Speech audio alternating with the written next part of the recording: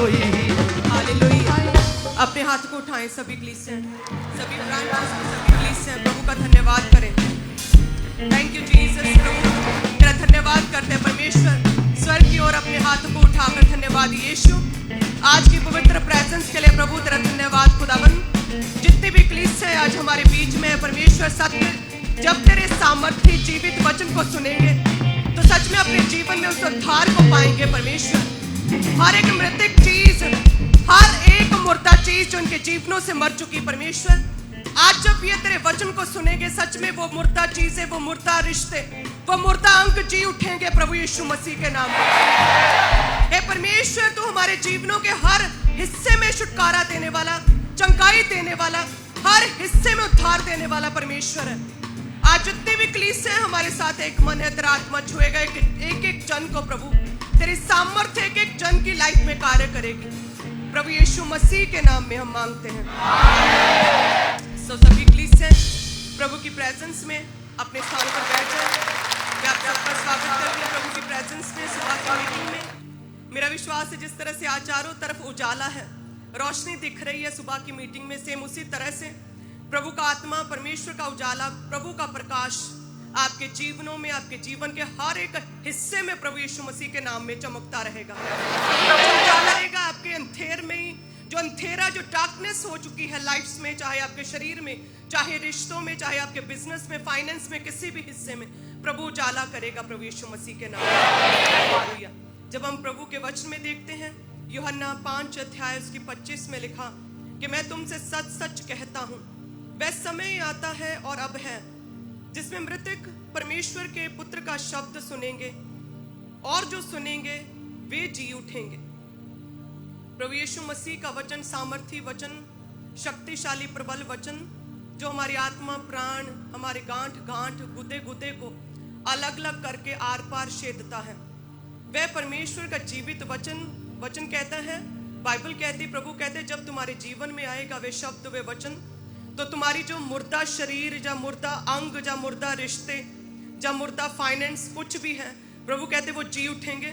जो जन, जो व्यक्ति आत्मा में मर चुके हैं, प्रभु यीशु मसीह के इस वचन के अनुसार आज जो भी जन प्रभु के सच्चे मन से, पश्चाताप के साथ परमेश्वर के वचन को सुनेंगे, सेम उसी तरह से इस वचन के अनुसार प्रभु वायदा पूरा करेगा कि वे आत्मा में जो मर चुके हैं वे जी उठेंगे प्रभु यीशु मसीह के नाम में। उनकी आत्माएं जी उठेंगी प्रभु यीशु मसीह के नाम में। वचन कहता है कि जब प्रभु यीशु मसीह लाजर के यहाँ पहुंचे तो प्रभु ने कहा कि वे कहाँ हैं, तो कहते वो तो कब्र में है। उस समय लोग सोच रहे होंगे कि जब बुलाया था प्रभु को, यीशु को, तब आए नहीं, अब मर गया, अब कब्र में रख दिया है, अब 4 दिन हो गए, बॉडी भी गल सड़ रही है, अब प्रभु आ गए और पूछ रहे हैं कि वो कहाँ है। प्रभु अब आने का क्या फायदा, अब तो बहुत देर हो चुकी है, अब कुछ नहीं हो सकता प्रभु, वो तो मर चुका है। उसी तरह से आज जो लोग प्रॉब्लम्स में हैं, बीमारियों में, किसी भी तरह की समस्या में हैं, उन्हें लगता है कि अब तो देर हो चुकी है, अब तो रिपोर्ट्स भी पूरी तरह से बीमारी को उन्होंने प्रमाणित कर दिया कि ये प्रॉब्लम है, ये लाइलाज बीमारी ये हो चुका है, अब तो रिश्ता टूट चुका, अब तो डाइवोर्स तक बात पहुंच चुकी है, अब तो पूरी तरह से लॉस हो चुका, अब क्या प्रभु, अब तो बहुत देर हो गई। लेकिन परमेश्वर के काम करने का एक समय है, उचित समय है, और परमेश्वर चाहे जब आप प्रेयर करते हैं उसी समय शायद कई बार परमेश्वर उत्तर ना दे, उसी समय इंस्टेंटली प्रभु आपकी बात को ना सुने, ना आपको आंसर दे। लेकिन यदि हम लगातार हम प्रार्थना करते रहते हैं, लगातार दुहाई देते रहते हैं, जैसे परमेश्वर के दास कहते थे कि लगातार क्या करो, लगातार प्रार्थना करते रहो। जब लगातार दुहाई देते हैं, विश्वास में बने रहते हैं, जब ऐसी कोई विपत्ति आती है, जब मार्था मरियम का भाई मर गया लेकिन फिर भी परमेश्वर में ही थे, रो रहे थे, दुखी थे, बट फिर भी प्रभु में थे। जब परमेश्वर आए उनके यहाँ तो उन्होंने स्वागत किया, प्रभु से मिलने के लिए उस दुख में, उस विलाप में परमेश्वर से मिले, प्रभु यीशु मसीह का स्वागत किया, प्रभु के चरणों में बैठे, भले ही दुखी थे। उसी तरह से जितने भी लोग अपने दुख में भी, अपनी समस्या में भी, जो परमेश्वर में बने रहते हैं, अड़े और खड़े रहते हैं और कहते हैं कि प्रभु तो चंगा कर सकता है, अगर ना भी करे तो भी तू मेरा परमेश्वर है। क्योंकि परमेश्वर के साथ हमारा कोई स्वार्थी रिश्ता नहीं है कि प्रभु एक हाथ हमें दे, हीलिंग दे, चंगाई दे, और दूसरे हाथ हमसे ऑफरिंग ले।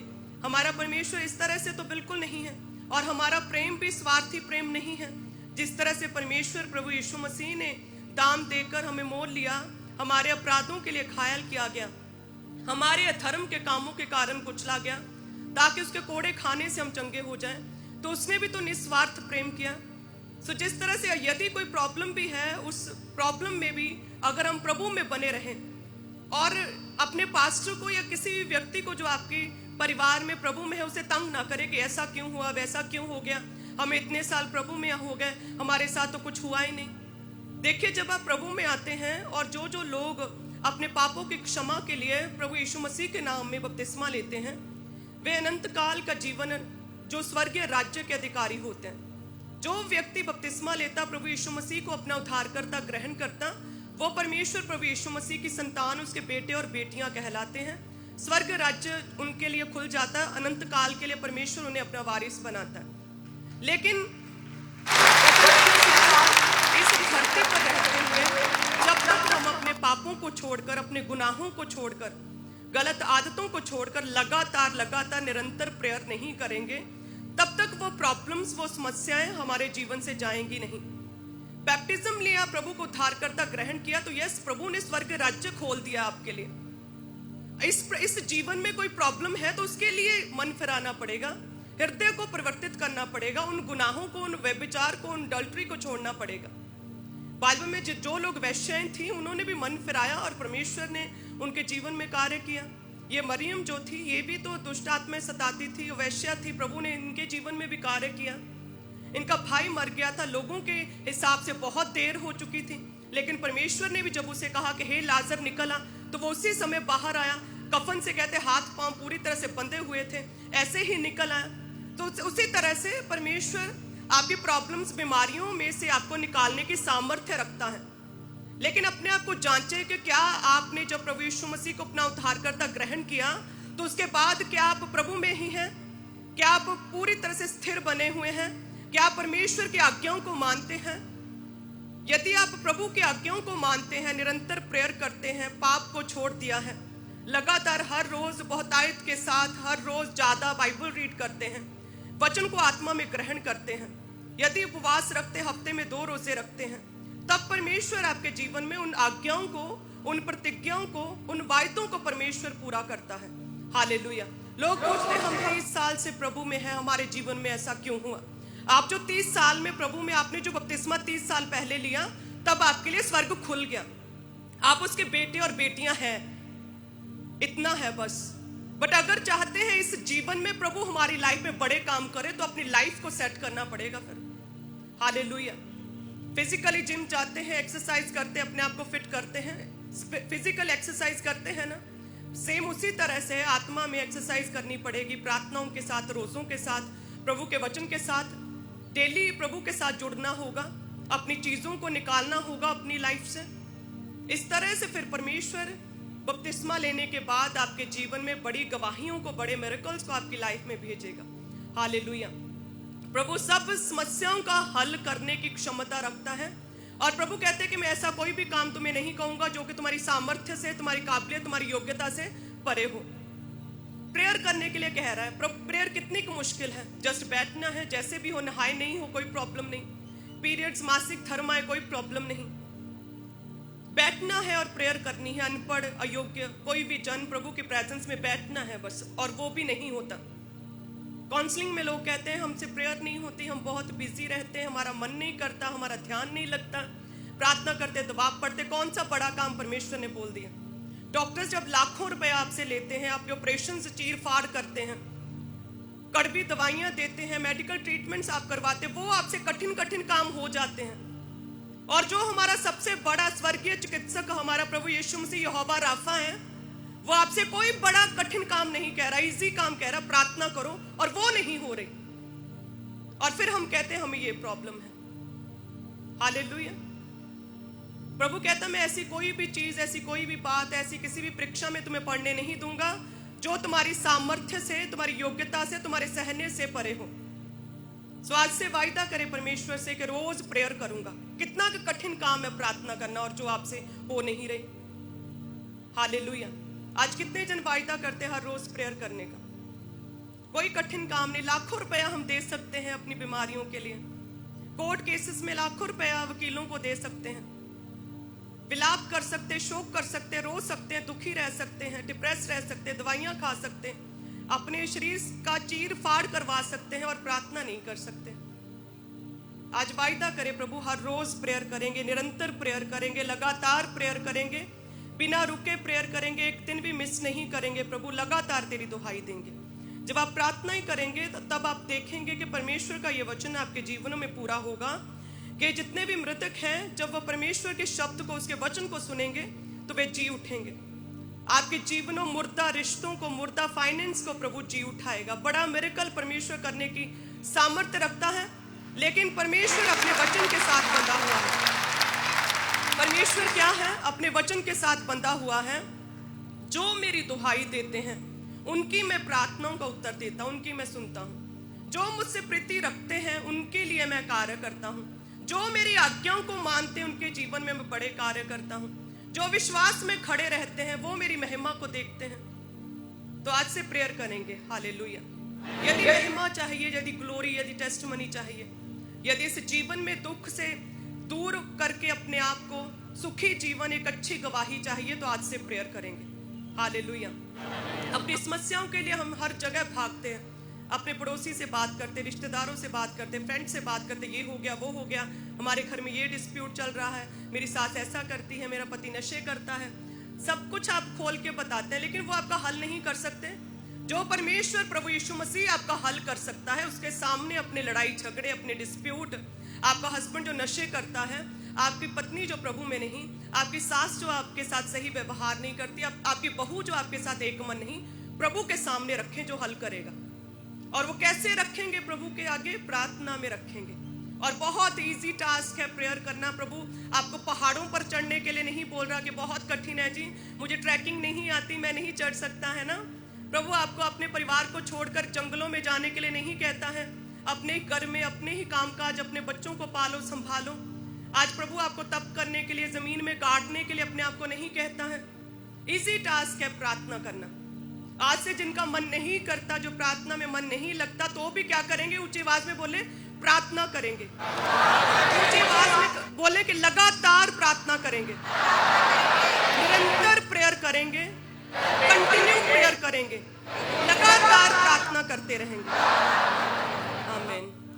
सो सभी जन अपनी ऑफरिंग्स को उठाएं जो परमेश्वर ने ये वचन दिया, इसके अकॉर्डिंग लगातार आत्मा में प्रार्थना करते हुए कि प्रभु प्रेयर वाला मन दे खुदावंद, प्रार्थना वाला मन दे परमेश्वर, मेरे हृदय को परिवर्तित करे परमेश्वर, मैं विश्वास में बढ़ सकूं खुदावंद, तेरे वचन के अनुसार चल सकूं परमेश्वर, तेरा शब्द सुन सकूं, तेरा वचन सुन सकूं और तेरा वचन मेरे जीवन में बोया जाए और कोई अंधकार की शक्ति से चुराने ना पाए परमेश्वर। मुझे प्रार्थना वाला जीवन दे, प्रार्थना वाला मन दे प्रभु, एक प्रेयर वॉरियर की तरह मेरा मन हो जाए प्रभु, तेरे वचन के अनुसार, तेरे दास के द्वारा दिए गए वचन के अनुसार प्रभु, तेरी दासी के द्वारा दिए गए वचन के अनुसार मैं लगातार लगातार लगातार लगातार प्रेयर कर सकूं, मैं लगातार प्रार्थना में रह सकूं, लगातार प्रेयर करें। धन्यवाद यीशु। सो सभी कलीसिया एक हाथ में अपनी ऑफरिंग को, एक हाथ में अपने टाइट को, जितने जन टाइट को बोना चाहते हैं, धन्यवाद की भेंटों को, चाहे कम है ज़्यादा है, अपनी योग्यता के अनुसार प्रभु जी, जितने लोग आज अपने टाइट को बो रहे हैं प्रभु, तेरा आत्मा इनके जीवन में कार्य करे। जितने भी लोग परमेश्वर अपने बीजों को, अपनी ऑफरिंग्स को, धन्यवाद की भेंटों को बो रहे हैं, तेरा आत्मा इनके जीवन में कार्य करे परमेश्वर। हे खुदावन, जिन बटुओं से, जिन इनकम से, जिस सैलरी से प्रभु ये बो रहे हैं, उस सैलरी में तेरी बहुतायत आ जाए परमेश्वर, उस बटुए में, उस पर्स में, उस लॉकर में प्रभु तेरी बहुतायत आ जाए। उस घर से, उस घर में जिस परिवार से ये बो रहे हैं, उस परिवार में तेरी बहुतायत, तेरी बरकत, तेरी आशीष ठहर जाए परमेश्वर। तेरी सामर्थ्य इनके जीवनों में कार्य करे। जिन हाथों से ये बो रहे हैं प्रभु, उन हाथों में बरकत आ जाए परमेश्वर। वो हाथ जिस भी काम में लगे, उस काम में बरकत आ जाए परमेश्वर। इस तरह से इस कदर इन्हें ऊंचा करें, ब्लेस करें। प्रार्थना वाला मन दे, आज से प्रेयर कर सकें और शैतान से आत्मिक लड़ाई लड़ सकें और आत्मा में जो मर चुके वो जी उठे प्रभु यीशु मसीह के नाम में। आज जितने लोग प्रभु तेरे वचन को सुने तेरे दास के द्वारा, वे आत्मा में जी उठे। जिनकी आत्माएं पाप की वजह से मर चुकी हैं, उनकी आत्माएं जी उठे प्रभु यीशु मसीह के नाम में। प्रभु तेरा वचन ग्रहण करने वाले आज बन जाए खुदावंद, आत्मा में ग्रहण करे प्रभु, तेरे वचन के अनुसार चल सके प्रभु। तेरा धन्यवाद करते सभी कलीसियों, सभी ब्रांचेस के लिए, ऑनलाइन कलीसियों के लिए प्रभु तेरा धन्यवाद। धन्यवाद यीशु। मांगते ऊंची आवाज में आमीन। सो लगातार प्रेयर करें। प्रभु हमें प्रेयर वाला मन, हमें प्रार्थना वाला मन दे प्रभु। हमें प्रेयर वॉरियर बना, हमें प्रार्थना वाला मन दे, हमें प्रार्थना योद्धे बना प्रभु। हम हर रोज लगातार प्रेयर कर सके। 1 मिनट सभी जन प्रार्थना करेंगे।